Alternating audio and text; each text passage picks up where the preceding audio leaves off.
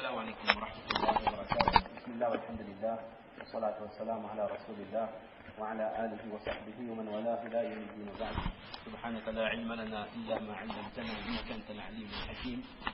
رب زدنا علما يا كريم، رب زدنا علما يا كريم، رب زدنا علما يا كريم، رب اشرح لي صدري ويسر لي أمري واحلل عقدة من لساني يفقهوا قولي. Mes chers frères en islam, nous remercions Allah Azza wa Jal qui nous a donné la possibilité en ce dimanche 29 août 2010 de faire la salat en congrégation, sachant les récompenses qu'il y a à accomplir la salat en jama'at. Nous remercions Allah Azza wa Jal qui nous donne la possibilité également de nous réunir après une prière en jama'at pour parler uniquement de la religion d'Allah Azza wa Jal, pour parler des choses qui vont nous rapprocher d'Allah subhanahu wa ta'ala. Nous devons être conscients que notre prophète alayhi salatu wassalam nous a annoncé que lorsque des gens se réunissent dans une masjid, une maison parmi les maisons d'Allah, uniquement pour parler d'Allah subhanahu wa ta'ala, alors Allah subhanahu wa ta'ala envoie des malaïkas, envoie des anges spécifiques qui sont justement à la recherche de ce genre de majlis, de ce genre d'assemblée, et à la fin il rapporte à Allah Azza wa Jal qui était présent, et à la fin de l'assemblée, chaque personne présente reçoit la bonne nouvelle du pardon de leurs péchés. Donc déjà le fait de s'asseoir, d'écouter, de rester jusqu'à la fin, Inch'Allah, nous avons au moins la garantie qu'en sortant de cette assemblée, de cette masjid, Inch'Allah, nous aurons des péchés effacés, qu'Allah nous accorde ses vertus. Alors nous ne remercierons jamais assez Allah Azza wa Jal qui nous donne la possibilité également de jeûner ce mois de Ramadan, après avoir demandé pendant 2 mois, Waballighna Ramadan, ou demander à Allah de nous faire parvenir jusqu'à ce mois de Ramadan. Ben, alhamdulillah, on est entré dans le mois de Ramadan, on est dans le 2e décade, on va bientôt entrer dans le dernier décade, et depuis 18 jours que nous jeûnons, Allah Azza wa Jal nous comble de ses bienfaits, nous comble de récompenses. À chaque fois qu'on se réveille le matin pour le suhour, on a des anges qui sont présents, des anges qui sont là, qui font dua pour nous, qui font istighfar pour nous. Au moment de rompre le jeûne, nous avons des duas qui sont acceptés. Quand on fait nos salats de tarawih, on a des récompenses exceptionnelles qui sont accordées à chaque musulman qui reste jusqu'à ce que l'imam, jusqu'à la fin de la salat. C'est-à-dire que dans ce mois de Ramadan, d'une manière générale, Allah Azza wa Jal nous donne la possibilité de cumuler une quantité de récompenses. Et en plus de ça, avec les shayatines qui sont emprisonnés, qui sont hors d'état de nuire, Allah nous permet d'avancer sans toutefois reculer. Et on aimerait attirer l'attention sur un hadith qui parle du jeûne, un hadith qui montre tout l'humanisme, le insaniya, la considération pour les qualités de l'homme, les faiblesses de l'homme qu'il y a dans l'islam d'une manière générale, mais qui est souligné par le jeûne du Ramadan. Dans un hadith, Allah Azza wa Jal explique que le jeûneur a 2 moments de joie. Le jeûneur est content à 2 moments précis. Le premier de ces moments, c'est lorsqu'il va rompre son jeûne. Et la deuxième occasion, c'est quand il va rencontrer Allah. C'est-à-dire rencontrer Allah et retrouver auprès d'Allah Azza wa Jal les récompenses de ces années passées dans l'adoration d'Allah. Le premier point nous intéresse, cela prouve l'humanisme qu'il y a dans la religion. L'islam reconnaît que l'être humain a besoin de manger, a besoin de se nourrir, et qu'après une journée passée sans manger, sans boire, il est tout à fait naturel, il est tout à fait normal qu'une personne soit contente. Lorsqu'on est devant un plateau où il y a à manger, il y a l'envie de consommer, et ça c'est quelque chose de naturel. C'est ce juste milieu-là qu'on aimerait souligner dans la religion. Et ce juste milieu se voit sortir, il y a cette reconnaissance du caractère inné de l'homme, nous le retrouvons d'une manière plus générale dans tous les domaines de la religion, et pour vraiment emboîter avec le pas sur la question du halal, nous retrouvons ce juste milieu même dans le mode de vie du musulman, dans le partage de son temps, le partage que je vais donner à ma vie entre le culte et entre les choses du dunya. Lorsqu'Allah Azza wa Jal dit dans le Coran, Allah Ta'ala annonce clairement qu'on a été créé uniquement pour adorer Allah Azza wa Jal. C'est la première des obligations. Mais le prophète alayhi salatu wassalam nous rappelle également que talabul halali faridatun ba'da al-farida, que travailler, rechercher sa nourriture, sa subsistance licite, c'est également une obligation parmi les obligations de la religion. On voit le juste milieu.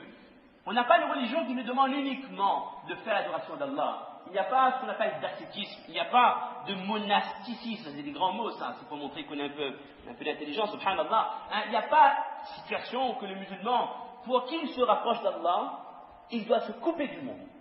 il doit se consacrer qu'au ibadat. Ça, dans d'autres religions, on va retrouver. Là, wallah. Dans notre dîn, c'est un dîn du juste milieu. Il y a un temps pour le culte, pour le ibadat, mais il y a également un temps pour la famille. Et ce temps pour la famille, ça fait partie du devoir du musulman. Ça fait partie des ibadah. Comme le prophète dit que travailler pour gagner sa subsistance est une obligation.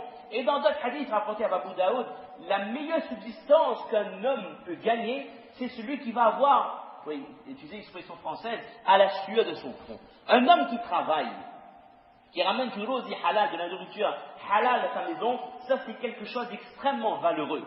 Tout comme celui qui se réveille pour faire le tahajjud, qui fait un khatm al-Qur'an, c'est valeureux. Quand je quitte chez moi, je me réveille, je vais travailler, je retourne à 18h, je suis fatigué, mais j'ai ramené à manger pour mon épouse, pour mes enfants, ça fait partie de mon devoir de mari. Quand je me suis marié et que l'imam a prononcé le khutbah du nikah, parmi les obligations, c'était de donner le logement à mon épouse, mais également ramener la subsistance. C'est quelque chose qui a l'air simple, c'est simple. Ramener la subsistance halal, c'est simple, c'est facile, mais c'est rigoureux. C'est précis, facile, mais il faut faire attention. Il y a deux points sur lesquels on doit faire très attention, très très simple. C'est quand on parle de subsistance halal, c'est l'argent avec lequel je vais acheter ce que je mange ou autre chose. L'argent provient de revenus de ressources halal. Comprenons qu'on n'a pas gagné avec le riba, l'intérêt ou la transaction qui n'est pas licite. Et deuxième point, ce que je vais consommer, la nourriture, ce que je vais mettre dans ma bouche, je vais faire rentrer dans mon ventre, je vais donner à manger à ma femme, à mes enfants, cette nourriture-là également doit être halal. Donc on parle de revenus halal sur deux points, l'argent avec lequel je vais acheter ce que je consomme, et la chose, la chose même que je vais consommer, ces deux choses-là en même temps doivent être licites. Et par rapport aux religions, aux autres communautés qui sont venues avant nous, on a beaucoup de facilité dans l'islam.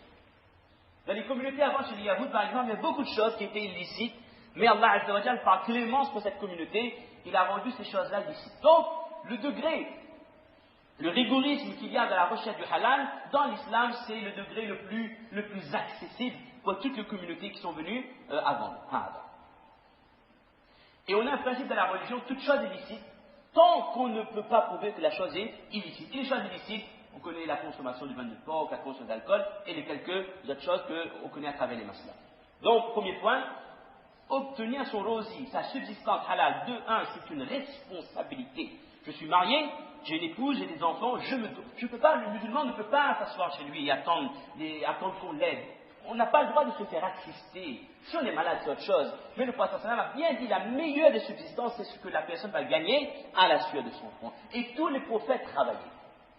Tous les Anbiya, le prophète dit que tous les Anbiya, ils étaient bergers, ils avaient des troupeaux de moutons. Même le prophète, c'est de un pour apprendre la patience, bien sûr, avec le fait d'être berger, mais également pour obtenir son rosier. Abu Bakr as-Siddiq est devenu calife des musulmans, il continue à travailler. Jusqu'à ce que Omar dit Amir al-Mu'minin, maintenant, il faut que tu libères ton temps, pas pour ta famille, pour l'État. Donc on va te donner des revenus, et donc consacre ton temps pour la fête. Donc le musulman se doit comprendre que je me suis marié, c'est mon devoir de ramener de la nourriture, le rosi, à la maison, mais bien sûr ce rosi se doit d'être totalement licite. Deuxième point, on va aller un peu plus au-delà des droits maintenant. Quand on parle de subsistance halal, il faut savoir qu'il y a une relation directe entre ce que je consomme et les actions que je vais accomplir dans ma vie de musulman. Lorsqu'Allah Azza wa Jalla dit dans le Coran, Ya ayyuhar rusul, kulu min at-tayyibati wa'malu salihan. Allah Azza wa Jalla s'adresse au prophète, mais c'est un message que notre prophète nous a adressé à nous aussi, qui est donc général au prophète, en ce sens, mangez de ce qui est sain, de ce qui est bon, et faites de bonnes actions. Et les commentateurs du Coran et les Mufassirin, ils disent qu'il y a dans ce verset une relation directe entre la consommation, produit ce qu'on va manger, et les actions qu'on va accomplir. En résumé, si mon rosi, si ce que je consomme est licite et halal, Inch'Allah, Allah me donnera premièrement tawfiq, m'acceptera pour accomplir de bonnes actions. Allah Azza wa Jalla acceptera ces a'mal salihah, on aura at-tama', on aura l'envie de faire des bonnes actions. Et Inch'Allah, on sera protégé de shaitan. Et maintenant, par opposition, dans le cas contraire, si ma subsistance est illicite, si ce que je consomme est illicite, premièrement, je n'aurai pas l'envie, je ne vais pas avoir de raghba, l'envie d'accomplir de bonnes actions, il y aura un blocage. Je me demande qu'est-ce qui se passe. Après Ramadan, je ne peux plus faire la main, je ne peux plus faire de bonnes actions. J'aimerais, mais j'ai pas envie. Parfois, il faut rechercher. Il faut rechercher un peu profondeur. Qu'est-ce qui fait que mon voisin, lui, il peut aller 5 namazes par jour. Mon voisin, lui, alhamdulillah, il a la barbe qui s'allonge. Mon voisin, lui, peut lire le Coran tous les jours. Moi, je n'arrive pas. Alors qu'on a lu le même élément. On a été à la même madrasa. Parfois, il faut creuser. Et souvent, l'origine, c'est que la subsistance est illicite. Ce qui fait que le cœur n'a pas envie d'aller vers Allah. Le front n'a pas envie de se poser devant Allah parce que chaque partie de ce corps est composée de choses qui est illicites. Et ça, c'est le danger qu'il y a dans la consommation du haram et l'intérêt qu'il y a dans la consommation du halal. Allah nous acceptera pour faire les bonnes actions. Et principalement dans ce mois de Ramadan, mes chers frères, chaque musulman se concentre sur 2 actions, les ibadat, le culte d'une manière générale, et les doigts. Par rapport aux ibadat, on vient de voir la relation directe qu'il y a entre le culte et la consommation halal. Donc si à l'origine, ce que je consomme n'est pas bon, je ne vais pas faire les actions comme il le faut. Les actions seront faites, mais risquent de ne pas être acceptées. Ça, on l'a déjà expliqué. Le deuxième point qui bloque, c'est quoi? C'est en rapport avec les doigts. Nous savons qu'au moment de rompre le jeûne, chaque jeûneur a au moins un doigt qui est accepté par Allah. Quand je me réveille à 4h30 du matin, je fais dua tahajjud avant de faire mon suhour. Je demande dua pour moi, pour ma santé, pour ma famille, pour mes enfants, réussite à l'école, pour tout ce que j'ai besoin, je demande à Allah Azza wa Jalla. Mais il faut bien savoir que notre prophète alayhi salatu wassalam nous a donné l'exemple d'un homme qui est dans une situation où ses doigts sont normalement acceptés. C'est quoi cette situation? Le musafir. Le voyageur, par rapport aux taklif, aux difficultés qu'il a dans le voyage, ses doigts sont, Inch'Allah, acceptés par Allah Azza wa Jal. Et là, notre prophète alayhi salatu wassalam nous explique qu'est-ce qui bloque. Un homme, on va dire le hadith rapidement, qui est en voyage, et il dit, dans ce voyage, il lève ses mains, il demande, oh Allah, Ya Rab, il demande à Allah des doigts.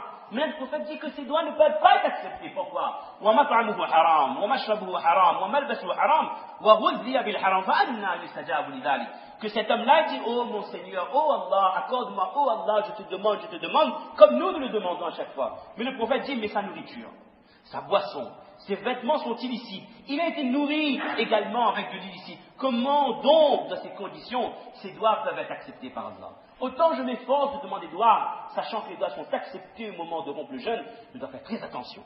Je ne dois pas mettre d'obstacle entre mes doigts et l'acceptation. Et le plus grand obstacle pour l'acceptation des doigts, c'est la provenance de ce que je consomme. À travers ces quelques points, mes chers frères, on a pu voir vraiment que le halal, c'est quelque chose de très sérieux. Et que l'islam, c'est un tout. Je ne peux pas me dire, moi, je suis molissable, je vais mettre kafni, bonnet, la barbe, je fais malgré ça, d'accord, et je mange du halal, mais avec les gens, je vais agir comme un sauvage. Je n'ai pas de akhlaq. C'est pas bon, je n'aurai pas iman complet. Je ne peux pas me dire non plus que je vais être l'homme le plus exemplaire, le meilleur comportement, le plus grand abid lillah, le plus grand adorateur d'Allah, mais bon, je mange ce que je veux. Ça c'est pas un problème. Là non plus, mon iman n'est pas complet. Tout comme je ne peux pas dire que je fais très attention à ma nourriture, j'ai le meilleur comportement, mais je ne peux pas la masse. Dans les 3 cas de figure, j'ai tout raté. Parce que je n'ai pas compris que l'islam c'est un tout. C'est les ibadat, c'est l'akhlaq, le mu'amala, mu'ashara, mais au-delà de tout ça, il y a ce qui rentre de mon corps. Et ça doit être très minutieux. Comme on vient de dire, imaginez la personne qui fait beaucoup d'actes d'adoration, mais sa subsistance est haram. Pourquoi ça? Il a répondu à une question de Saad radiallahu anhu. Saad dit, oh prophète d'Allah, demande à Allah, doua que je sois parmi les gens dont les invocations sont tout le temps acceptées. Le prophète m'a dit, fais en sorte que tout ce que tu consommes est halal, et assurément, tes doigts seront, Inch'Allah, acceptés. Donc la première conséquence du haram, c'est quoi? Mes doigts ne sont pas acceptés, l'exemple du voyageur. Et dans l'autre cas de figure, ta nourriture est halal, tu as l'espoir. Inch'Allah, Allah exauce tes invocations. Et deuxièmement, je suis un grand abid, mais je ne me préoccupe pas de la subsistance, de mes revenus, de ce que je mange. Deuxième conséquence, l'enfer a un haq sur moi. L'enfer, le jahannam, a un droit sur moi. Ça m'a dit que là, yadkhulul jannata lahmun, on va dire en français, une chair, un corps qui a été nourri de haram ne peut pas entrer au paradis. Et c'est le feu qui a un droit primordial sur ce corps qui a été nourri de nourriture, de subsistance qui est ici. Donc, mes chers frères, en résumé, le halal est une affaire sérieuse, extrêmement sérieuse. Dans mon dunya, parce que mes doigts ne seront pas acceptés, je risque de ne pas avoir de bénédiction dans mes revenus, et dans le akhirat avec les conséquences qu'il y a, le jour de Qiyamah pour la consommation du haram. Et maintenant, dans la recherche de licite et l'illicite, vous savez qu'il y a des conditions. Il faut que ce soit musulman, il faut que la viande soit, etc., etc. Le conditionnement, contamination, il y a quelques règles que Moutifa va peut-être nous rappeler. Nous connaissons tout ça. D'accord? Et pour comprendre réellement est-ce que la nourriture est bonne et pas bonne, la meilleure des solutions, c'est de revenir au principe du Coran. On a bien compris que la consommation du halal, c'est quelque chose qui est intrinsèque, qui fait partie de la religion. Et qui dit question religion, dit retour à ceux qui vivent pour la religion. Quand Allah Azza wa Jalla, le Coran, fas'alu ahla dhikri in kuntum la ta'lamun. Quand vous ne savez pas quelque chose, demandez à qui? Ahla dhikri. Ahla dhikri, c'est quoi? C'est les ulama. Les gens qui ont étudié, la science religieuse, les gens qui ont hérité quelque chose d'Anbiya, qui essaient au moins de faire le travail d'Anbiya, la propagation de la religion. Donc quand on a une question concernant le halal, les premières personnes vers lesquelles on doit se retourner, en respectant le principe du Coran, c'est les ulama. Fas'alou ahla dhikri. Quand on a des muftis, quand on a des ulama, ce sont eux les gens qui maîtrisent le mieux tous les maslas, avec tous les détails, toutes les exceptions, tous les fatwas en rapport avec le halal. Et dernier point, on a dit que c'est sérieux le halal, c'est hyper sérieux, on a bien compris. Mais en même temps, il faut éviter deux extrêmes. Vous allez dans n'importe quel domaine de la religion. Tout extrême est inutile. Premier extrême, c'est quoi? Le laxisme, la permissivité. La permissivité, c'est quoi? Je vais en grande surface, je vois une braquette de police, c'est écrit H-A-L-A-L, halal, je l'achète. C'est dessiné un minaret, ça aurait pu être un temple aussi, je l'achète. Le problème, c'est quoi? C'est que le mot halal c'est pas un label protégé, contrairement au terme kasher. Kasher, on ne le met pas sur n'importe quel produit. Le halal, n'importe qui, c'est une question d'imprimerie. Si l'imprimerie il veut mettre halal, mais halal, personne n'est en droit de l'interdire. Donc, je ne dois pas prendre tout ce qui est dit halal et tout, sans demander à l'avance au mufti de ma ville ou de ma région, est-ce que tel produit est réellement licite ou illicite. Et dans le doute, je me dois de m'abstenir. Quand il y a un doute, je m'abstiens. Une fois, le prophète il était avec un sahaba. Avant l'époque, les gens, ils chassaient avec des chiens. On appelle ça des chiens dressés. Et quand ils envoyaient le chien, ils disaient Bismillah. Ce que le chien attrape comme proie, il ramène, c'est halal. Le sahaba va envoyer son chien, d'accord, pareil. Et quand il va retrouver sa proie, il y a deux chiens. Au prophète Allah, comment je fais? Ça m'a dit que tu ne manges pas. Parce que tu as dit Bismillah pour le chien que tu as dressé, mais l'autre animal errant. Tu ne sais pas qui a tué l'animal, qui a tué la proie. Donc, dans le doute, on s'abstient. Parce que manger du haram, c'est extrêmement grave. Mais attention, dans le doute, quand le doute est réel, quand il y a des zones d'ombre, là dans le cas du Sahaba, c'était 50-50. Soit c'est son animal qui a chassé la proie, ça c'est l'animal errant qui a chassé sa proie. Là, le Prophète me dit, dans ça, tu ne consommes pas. Quand il y a des doutes, là on s'abstient. Mais à partir du moment où il n'y a pas de doute, à partir du moment où il y a des gens qui ont la science, des gens qui ont appris l'Ifta, des gens qui voient de leurs propres yeux, des gens qui contrôlent, qui font le travail de tadqiq, qui ont la crainte, Inch'Allah, la crainte d'Allah de leur cœur, qui eux-mêmes n'aimeraient pas manger du haram, et qui ne donneraient pas à manger à leurs enfants, et qui disent que telle chose, Inch'Allah, c'est ok, ben dans ce cas, il n'y a plus de travail. Parce que le marji', c'est fas'alu ahla dhikri. Le reflet du musalli, du musulman, c'est quoi? C'est s'en remettre aux savants. À ceux qui ont appris le Coran, le tafsir, qui ont fait le hifz, qui ont appris le hadith, qui ont fait le usul, le fiqh, c'est eux qui maîtrisent le mieux ce genre de machin. Et l'autre extrême, c'est quoi? Ben, c'est le rigorisme. Si le rigorisme, c'est juste par rapport à des doutes ou des suppositions, ou peut-être que, là, je veux dire que non, de cause, de faire attention. Parce qu'il y a quelque chose d'extrêmement grave, tout comme manger du haram, c'est grave. De la même manière, quelque chose qui est licite, dire que c'est licite, c'est également un grave péché. Quelque chose qui est halal, dire que c'est illicite. Et le problème, c'est quoi? C'est que quand on rentre dans ce genre de doute pour lequel il n'y a pas de source, il n'y a pas de fondation, on peut arriver à des situations de fitna. Et la fitna, c'est pire que le péché. La fitna, c'est quoi? C'est semer le trouble chez les gens. Je ne sais plus qui suis, je ne sais plus quoi faire. Ça, c'est une situation où on ne voudrait jamais arriver. Imaginez, Eid dans 12 jours. Vous allez prendre votre repas en famille. Vous êtes loin, une grande table, il y a 50 personnes. Arrivé à la table, bon, pour les autres, bœuf là, histoire de chicken. Bon, ça, madame la fille, ça ne mange pas. Cassure de la famille. Et ça, c'est quand il y a des doutes infondés. Donc, la solution pour éviter le fitna, c'est toujours s'en remettre aux ulama, aux muftis, à des gens qui sont sur le terrain, des gens qui sont sur place, qui voient et qui, avec leurs yeux et avec leur iman et le ilm qu'Allah leur a accordé, ils peuvent vous dire que ayez confiance. Nous, on est ulama, on a ce dépôt, ce amana sur les épaules. Je vous donne la garantie que, Inch'Allah, ce qu'on vous propose, ce qu'on cautionne, Inch'Allah, c'est conforme aux règles de la religion. Qu'Allah t'amène le tawfiq, mes chers frères. de comprendre les quelques paroles, et que, Inch'Allah, l'importance du halal rentre dans le cœur de chaque personne présente, et qu'on puisse se propager à nos meilleurs et ceux qui n'étaient pas là. Et aujourd'hui, alhamdulillah, on a des ulama qui sont là, on a des muftis qui sont présents. Face à nous, avec la décrit, demandez les gens qui ont la science, ben ils sont là, il y a des gens qui sont venus, donc on a la possibilité de discuter, de poser des questions, de comprendre qu'est-ce que je mange, qu'est-ce que je ne mange pas, et avec ça, Inch'Allah, nous serons éclairés et nous pourrons concrétiser un principe extrêmement important dans la religion, que ce que je mange, c'est ici, pour que mes actions soient acceptées et mes doigts soient acceptés. سبحان ربك رب العزة عما يصفون وسلام على المرسلين والحمد لله. جزاكم الله.